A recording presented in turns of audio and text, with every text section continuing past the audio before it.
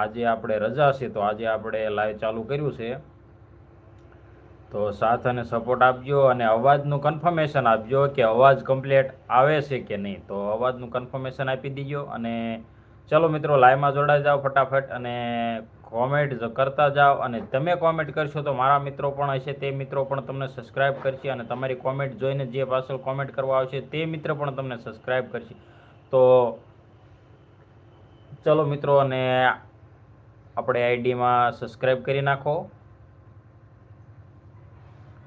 ફટાફટ મિત્રો. હમણાં આપણે નવા યુટ્યુબમાં ચેનલ બનાવેલી છે, તો લાઈવમાં જરાક ફેરફાર કરવાનો કાંઈ રહેતો હોય, પડદો કઈ રીતે દેખાય છે, અવાજ કમ્પ્લીટ આવે છે કે નહીં, તો જરાક સજેશન આપજો.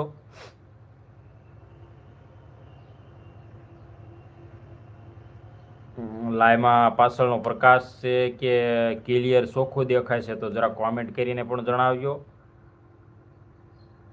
અને અવનવા વિડીયો પણ આપણે આઈડીમાં આવશે, તો જઈને મુલાકાત લેજો આઈડીની. અને ઘણી બધા એવી સ્થાન છે કે પુરાતન સ્થાનો છે, એવા હવે વિડીયો પણ આપણે આઈડીમાં આવશે, તો આઈડીને સબસ્ક્રાઈબ કરી નાખજો. અને તમારે કોને કોને વરસાદ થયો છે તે પણ કોમેન્ટ કરીને જણાવજો, ક્યાં ક્યાં વરસાદ થઈ ગયો છે.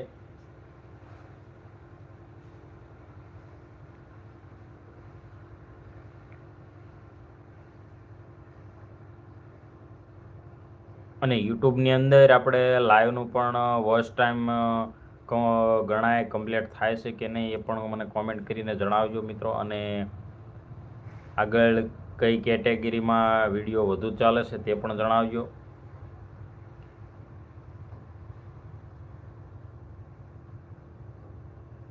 બધાને નમ્ર વિનંતી કે નવી આઈડી છે તો સબસ્ક્રાઈબ કરવાનું ભૂલતા નહીં મિત્રો.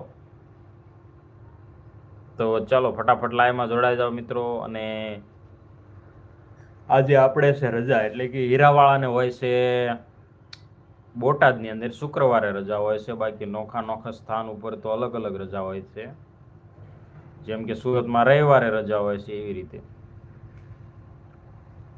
સુરત ભાવનગરમાં રવિવારે રજા રહેતી હોય, અને અમારે બોટાદની અંદર શુક્રવારે રજા રહેતી હોય છે. તો તમે કયા સિટીમાંથી છો તે પણ જણાવજો.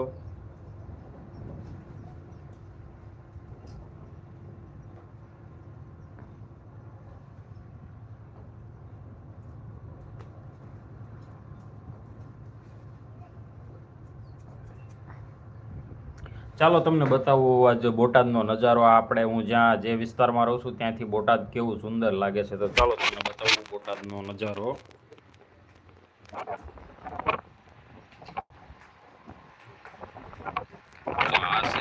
બોટાદ જો પવન કદાચ વધુ આવશે અત્યારે, કારણ કે પવન બહુ નીકળ્યો છે. આ છે અમારું બોટાદ, જોઈ લો કઈ નજારો આવે છે બોટાદનો. પણ પવન બહુ આવશે, પવનનો અવાજ આવશે.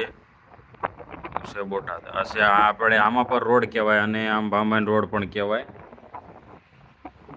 અને આ બાજુ આવ્યો છે આપણે ગરડા રોડ, જોઈ શકો છો. આ છે બોટાદ, આવું જો માતાજીનો મઠ છે, અને આ હનુમાનજી મહારાજની દેરી છે. અને આપણે પાછળની સાઈડ આપણે જે હજી પણ સુલાઈની રસોઈ રાંધવી છે, આપણે એવી સિટીમાં પણ રાંધવાનું સુલાઈની રસોઈની અંદર.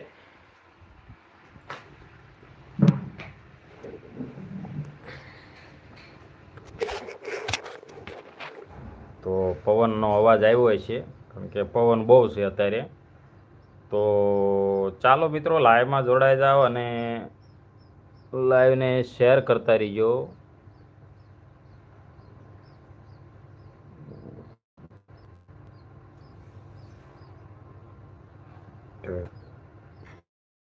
ખબર સમજાતું નથી, પછી લાઈવ પૂરું થયા પછી ખ્યાલ આવે છે કે અવાજમાં થોડોક પ્રોબ્લેમ હોય છે. અને રિઝલ્ટનો જરાક કહેજો કે રિઝલ્ટ કેવું કમ્પ્લીટ આવે છે કે નથી આવતું, રિઝલ્ટમાં કાંઈ ફેરફાર છે કે શું છે, કાંઈ તો ખ્યાલ આવે. સમજાઈ ગયો. પાછળનું બેકગ્રાઉન્ડમાં જાણે આમાં આપણે કેમેરા તડકો બહુ આવે છે, તો પાછળ ખુલ્લું છે ને એના કારણે એ રીતે જરાક પ્રકાશ આવે છે.